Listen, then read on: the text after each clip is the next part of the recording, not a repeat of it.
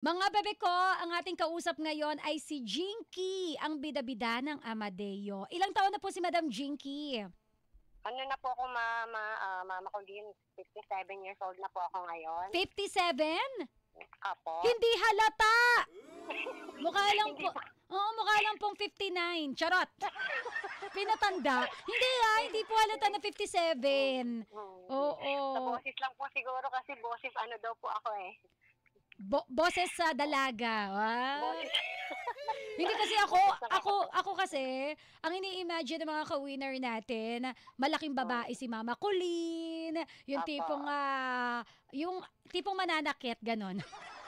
Hindi naman po, ganda-ganda niyo po mama ko din eh. Hindi pag boses lang daw yung pagbabasihan. Oo, Opo, parang opo. iba yung ini-imagine nila. Kaya, minsan to ganun talaga, no? Anyway, Ma'am Jinky, 57 years old.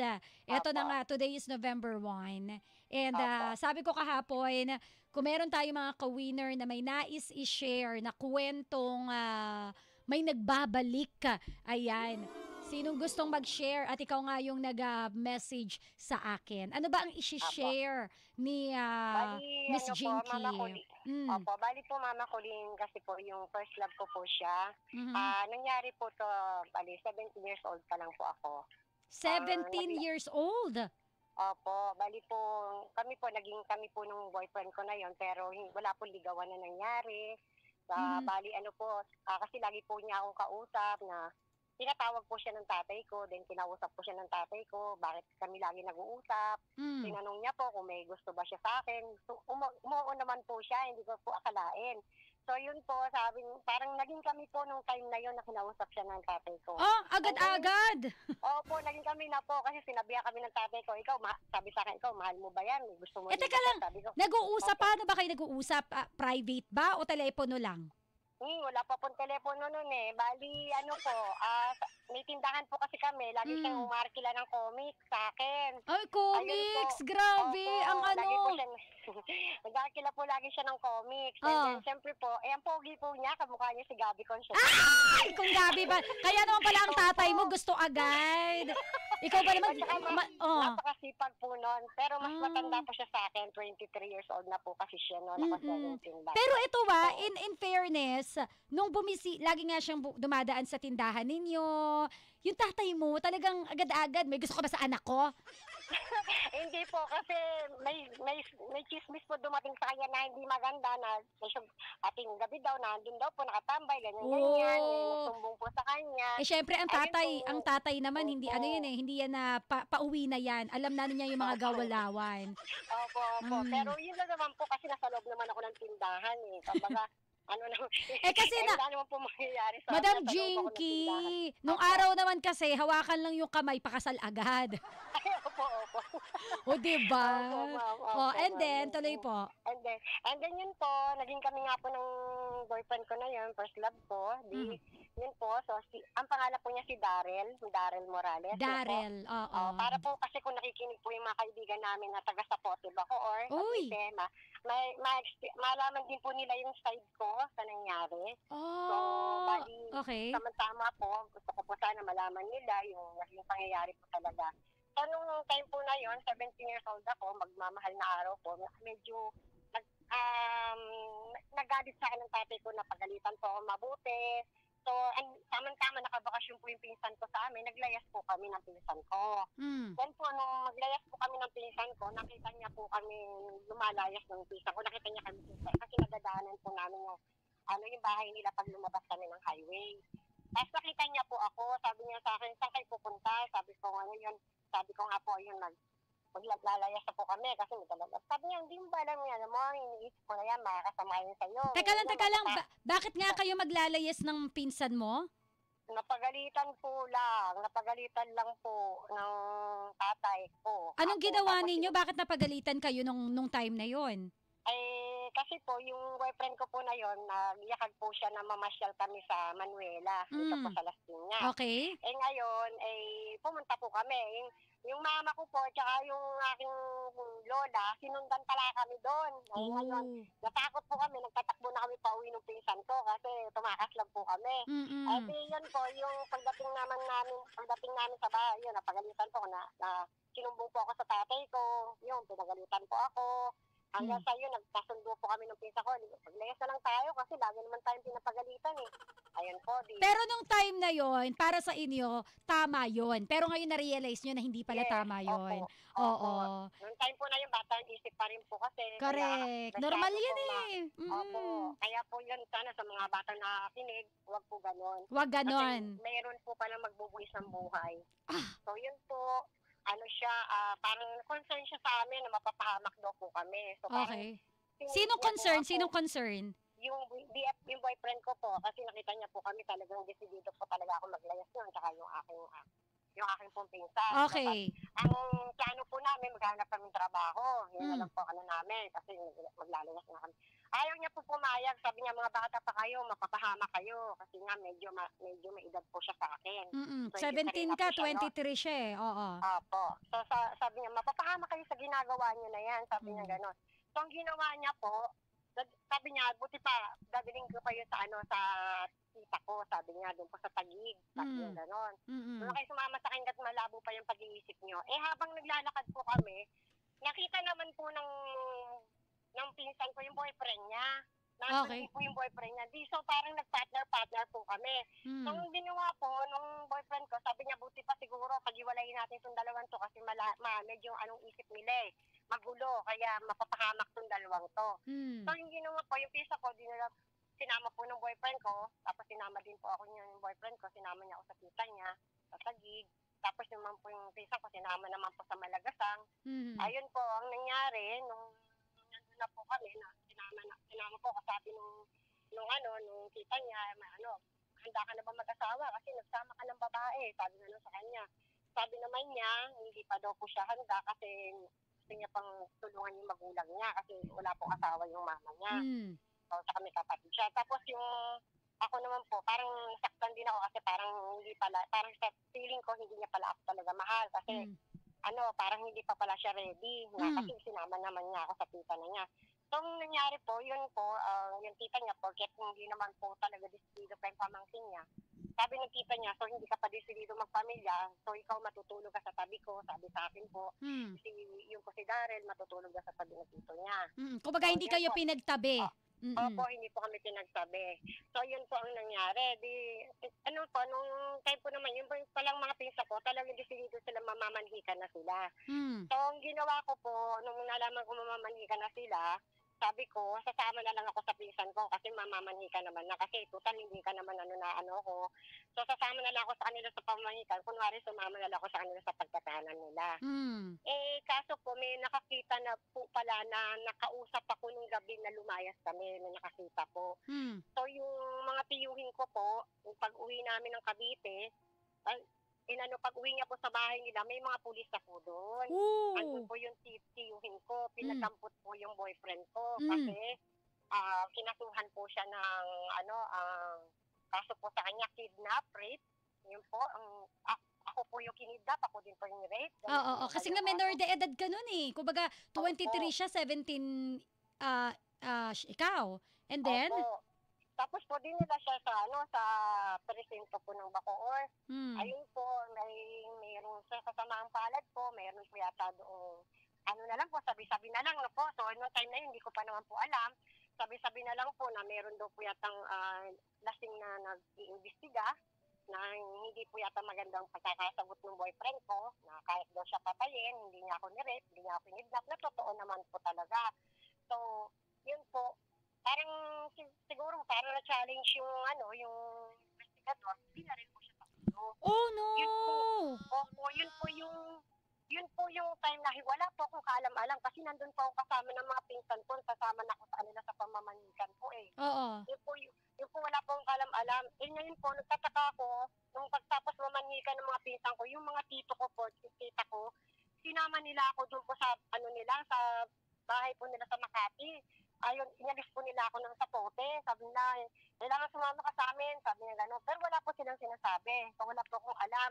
Tinatanong ko, sabi ko, bakit niyo po ako sasama? Basta sumama daw ako sa kanila. Hindi yung pala po, itinatago na nila ako doon sa bahay nila sa Makati.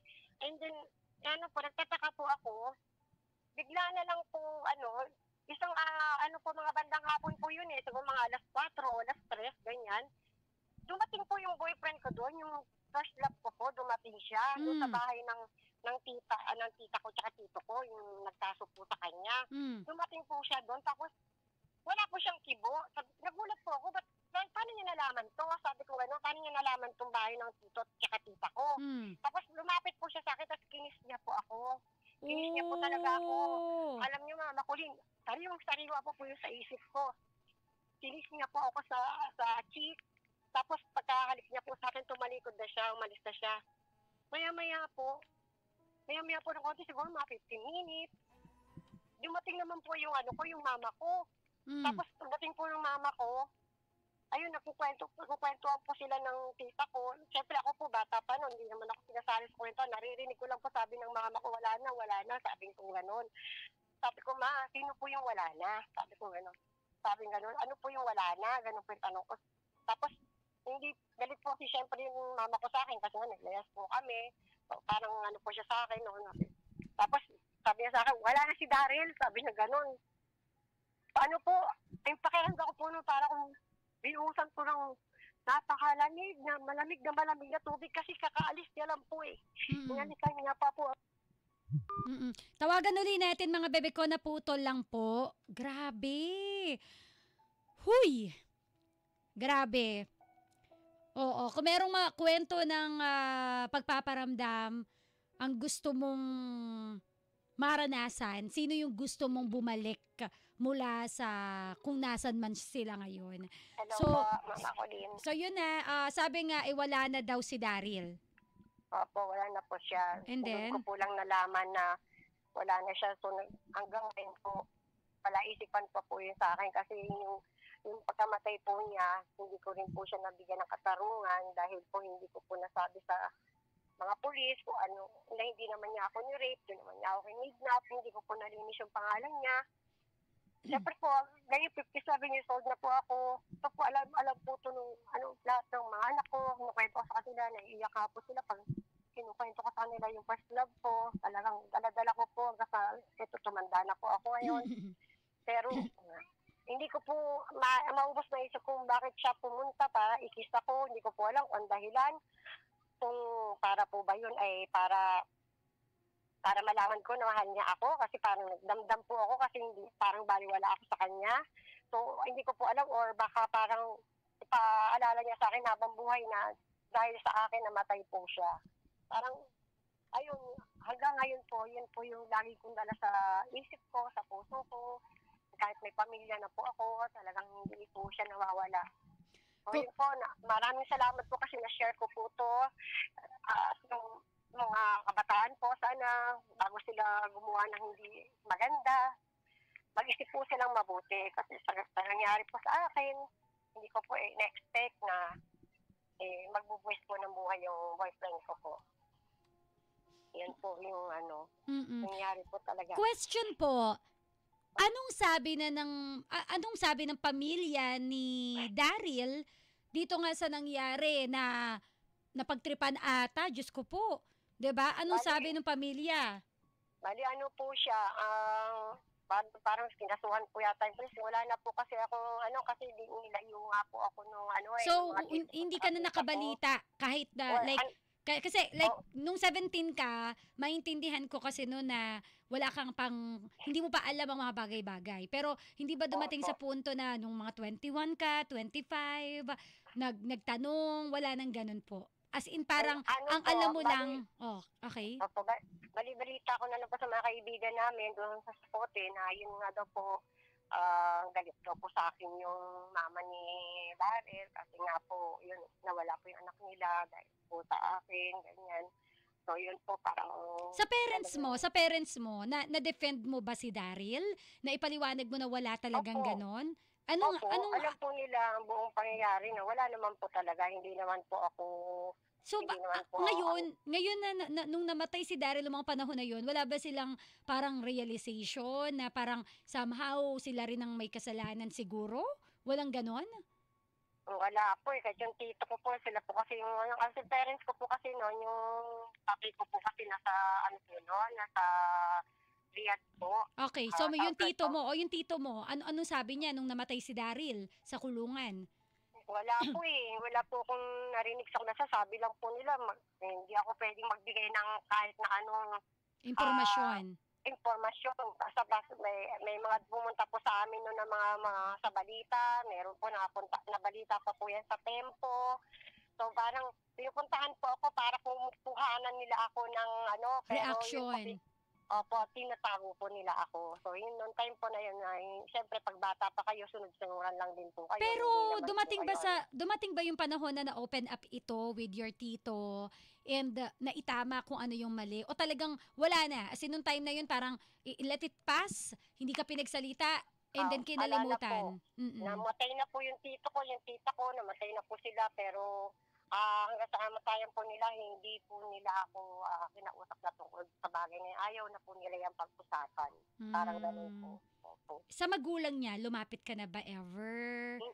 Yung magulang niya po, hindi ko na po alam kung nasaan kasi nung mula po umalis din po sila doon, nung lumipat din po sila, hindi ko na po alam kung nasaan na sila. And yung naman po sa tita niya sa Taguig, gabi po kasi kami nagpunta, tapos gabi rin kami ulit, parang hindi ko na po talaga matandaan kung paano ko po pupuntahan. Tsaka parang again, hindi ka makapunta rin sa burol dahil hindi ka pinapayagan bilang bata ka pa noon. Hindi po talagang tinago po nila ako habang nakaburol po si Daryl. Puntod ni Daryl, napuntahan mo na ever since? Hindi rin po. Hindi ko rin po alam kung saan siya nakalibing. So, ang last na memory mo with Daryl is pumunta siya sa'yo a day, nung araw na mismong nawala siya sa mundo. Ano po, bali gabi yata po yung nangyari na pinatay siya, pinabukasan pa po ng mga alas 3 na nga. Anong suot ni Daryl nung time na yun? Nakaputi po siyang t-shirt. Puti pong t-shirt, tapos yung pambaba niya po parang khaki, gano'n. Hindi ko po masyadong basta puting t-shirt lang po ang natatandaan ko talaga sa kanya. Maaliwalas yung kanyang mukha noon? Ano yung facial malungkot po. Malungkot yung mukha niya. Tapos nagkaka nga ako kasi parang yung pagkabigla ko po, hindi na rin ako nakapagsalita sa kanya kasi bigla siya lumapit sa akin tapos tinis niya ako. Bigla rin siya tumalikod. Umalis na siya. Tapos nagtaka ako, bakit siya nakarating dito?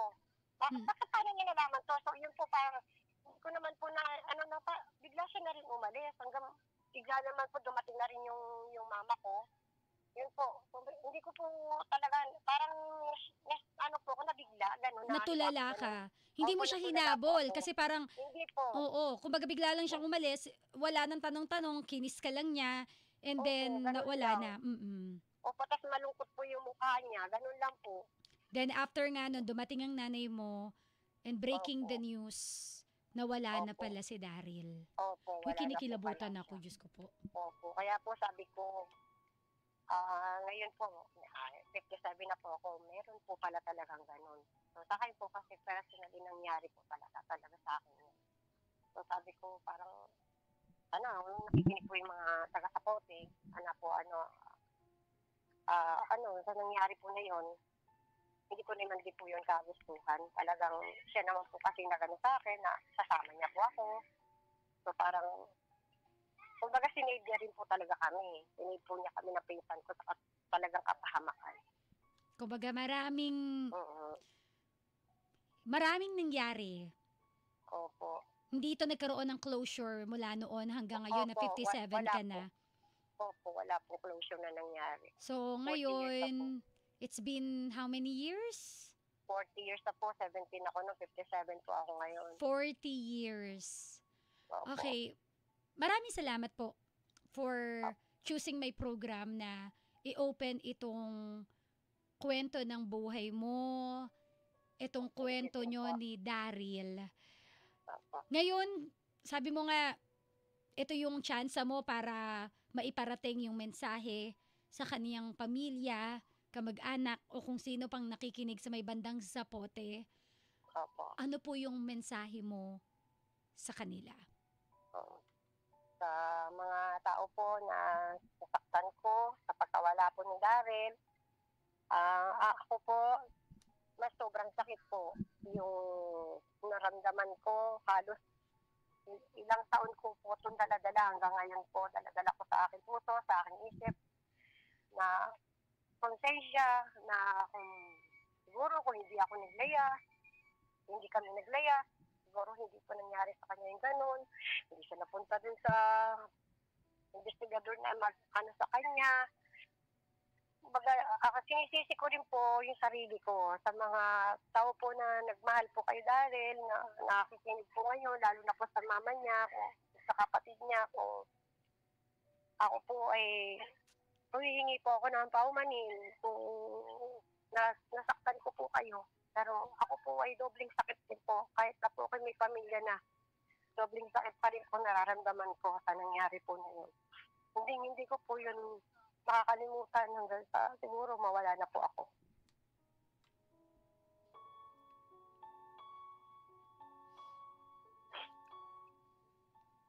Madam Jinky, feeling ko naman wala namang may gusto nang nangyari. And yung bigat na dinala mo for 40 years, siguro kaya nagpakita si Daryl sa'yo bago siya lumisan sa mundong ito is clearly hindi para hayaan niya na baunin mo yung bigat sa loob ng 40 years.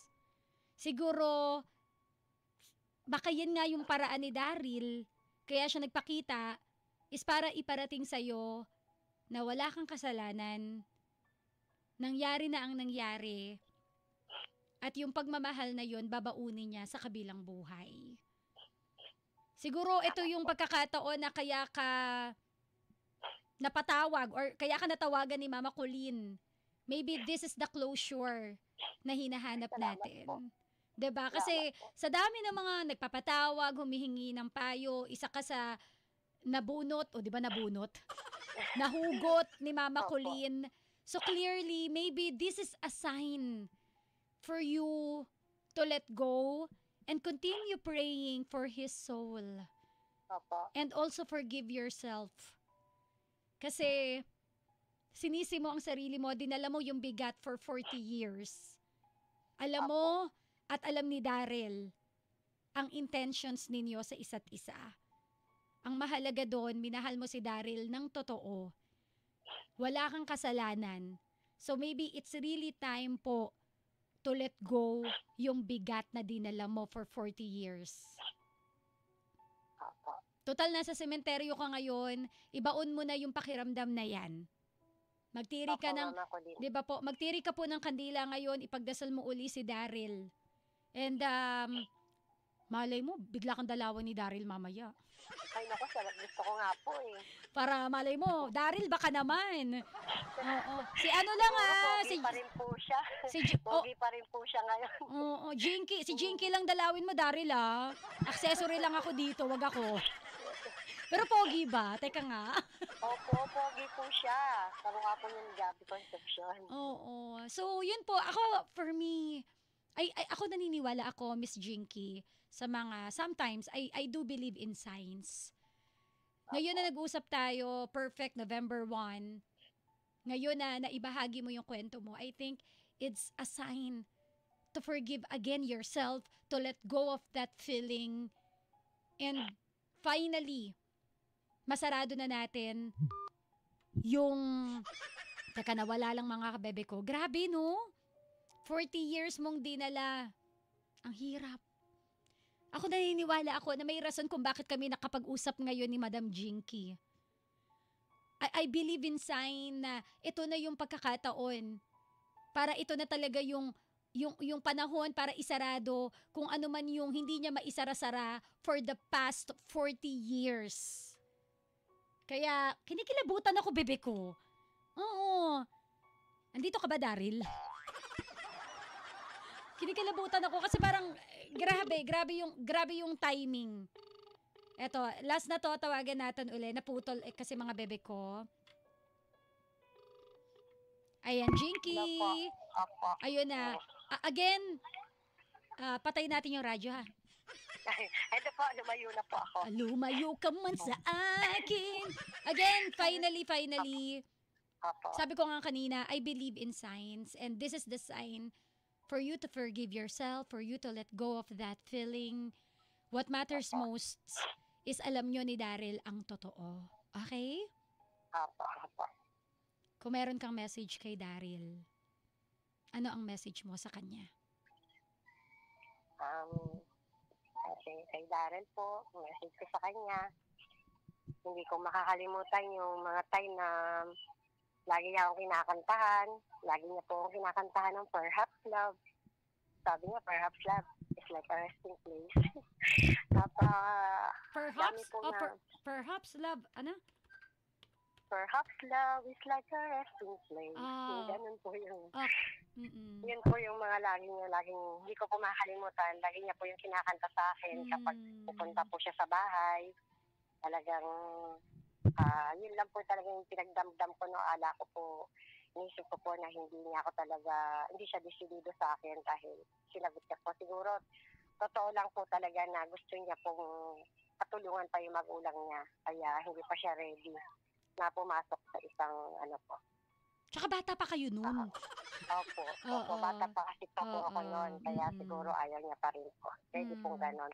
So parang sa akin po kasi dinandam ko rin po yung kaya sabi ko sa kanya, sama na lang ako sa pinsan ko, alis ako sa kanya. Kasi hindi naman niya ako, kumbaga yung parang, niya yung aking, kasi sinama niya po ako, di ba? Siyempre yung iba po, hanggang sa nag-asawa nga po ako, parang inayawan po ako ng mga biyenan ko kasi ang sabi po, naitanan na ako. Kumbaga, iniisip po nila hindi na ako malinis sa babae. Kaya medyo, yung mga biyenan ko po noong panahon na yun, ayaw po talaga sa akin. So yun, naging batis ko din po yun. Hindi dinala ko rin po talaga. Pero malinis naman po ako kasi hindi po kami pinagsabi ng kanyang mga tiyo sa akin ako. So, yun po, ang masasabi ko po kay Daryl, kahit nasan man siya, alam ko po nasa Panginoon na siya, kasama niya ang ating Panginoon. Hindi po siya mawawala sa puso ko, sa isip ko kahit po tumanda na ako or dumating na po yung katapusan ko. Handito po siya sa puso at isipan ko. So, kahit may pamilya na po ako, sabi nga po, first love never dies po talaga. Ayun po.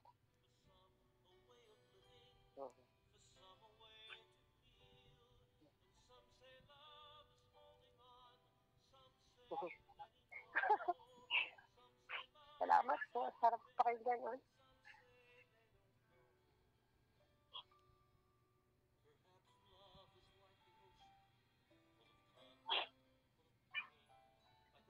Sarap po pakinggan nung lagi niyang inakanta sa akin po.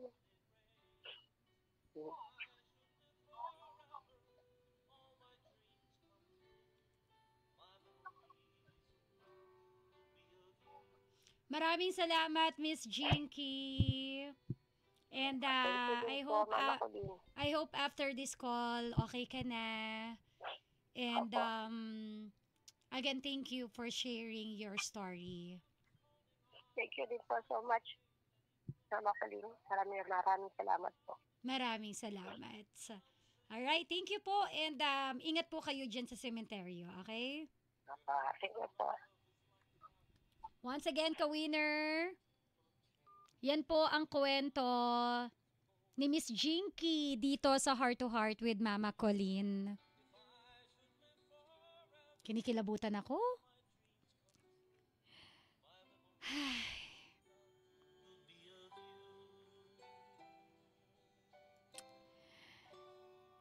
Kung meron kang sausaw sa kwento ngayon ni Jinky, feel free to speak from your heart. Ikaw naman ang magsalita. Pwede pong mag-text sa 0977-70915 or mamaya po tumawag sa 0915-312-8215.